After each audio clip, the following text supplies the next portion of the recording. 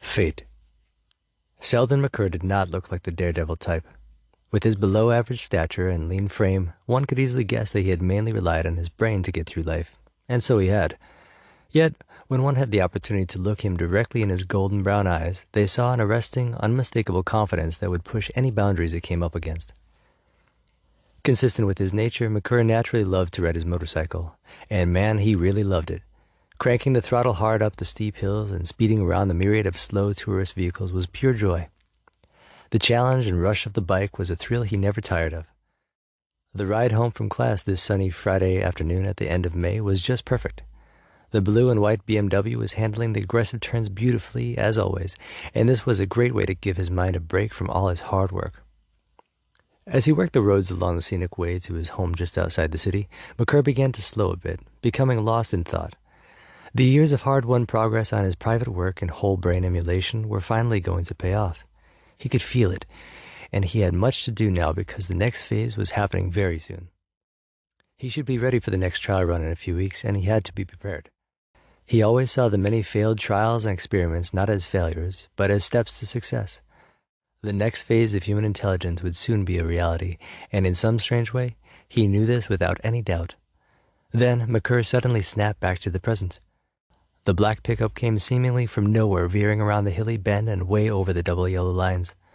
McCurr leaned in hard to try to get away from the truck. Too hard, he thought. His bike began to slide out from under him on the sandy and gritty road instead of sharply turning as he had wanted. The shiny bike's side was laid bare, violently sparking its finish off on the road. McCurr pushed off, sliding on the back of his protective jacket in one last straining attempt to get away, but it was no use. The big truck was almost on top of him.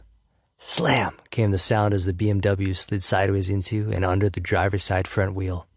McCurr came sliding directly in after the bike. Then, as though a power-off button had been pushed, everything went instantly black. There was tactile energy in the air as Josh walked into his Monday morning math class.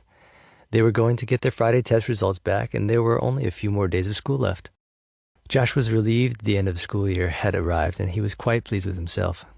With his last math test being 100%, it would top off his all-too-easy straight A's from his other classes. Plus, he and his parents had already agreed with the school to let him try to test out of the 8th grade and go straight into high school next year. Then he could take AP Chemistry and Physics. He knew he would not have an issue. He always learned quickly and never forgot anything. Learning was easy for him, and he loved it.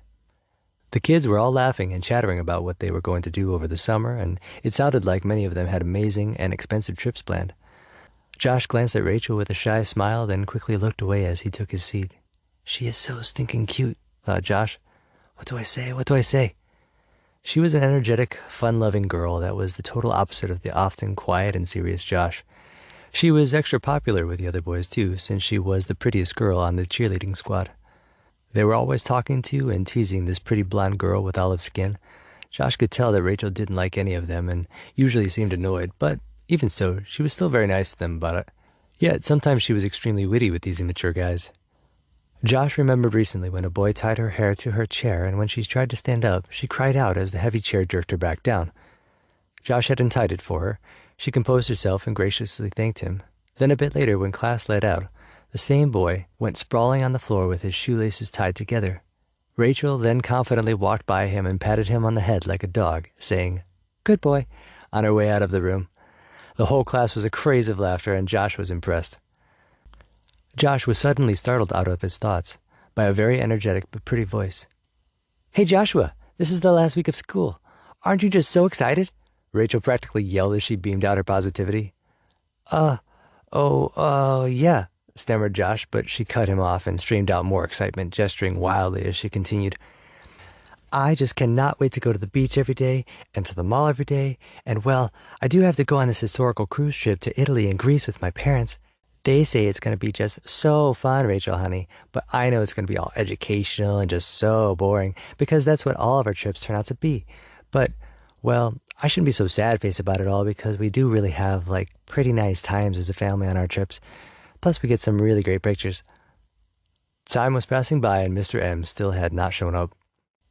Shortly after 8 a.m., Principal Chuli suddenly walked in with another woman Josh did not know. She stood in the front with a somber look on her slightly reddened face. Then she raised a hand high and then lowered it in a slow motion as she always did to quiet the students.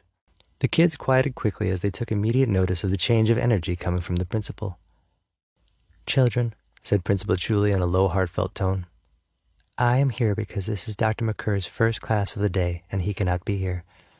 In fact, Dr. McCur was in a very bad accident on his way home from school last Friday." Everyone's attention became razor sharp as she spoke. "I know how fond all of you are of him, and well, Dr. McCur had a terrible head injury and was unconscious in a coma through the weekend. Everyone, late last night, he passed away." And she broke off in order to maintain composure. Josh stood up confused and said, "No, I just talked to him after class on Friday, and he was just fine. He can't be." Josh stopped. He couldn't bring himself to say it. Principal Julie, with compassion in her eyes, said, "I know, my dear child. The accident was very sudden, and it was just a terrible fate. I know he loved you all so much." Then, motioning to the woman next to her, she said, "This is Miss Clara. She is a wonderful person and a grief counselor.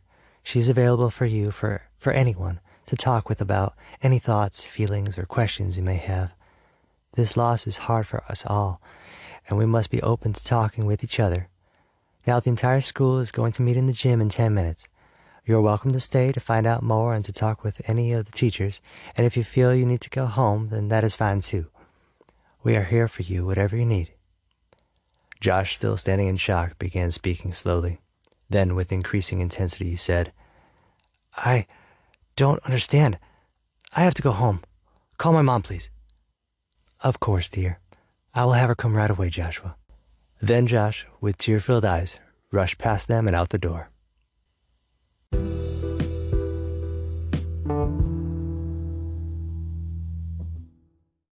Be sure to share the show with friends and write an Amazon review. Get the entire audiobook right now. Go to sa.vanderwerf.com to get it at an extremely discounted price. To receive the free ebook and my wallpaper book cover image, just sign up for the newsletter at sa.vanderwerf.com. Then you can be notified for the release of the anticipated sequel to The Man Who Made Himself. Thanks so much and enjoy the gifts.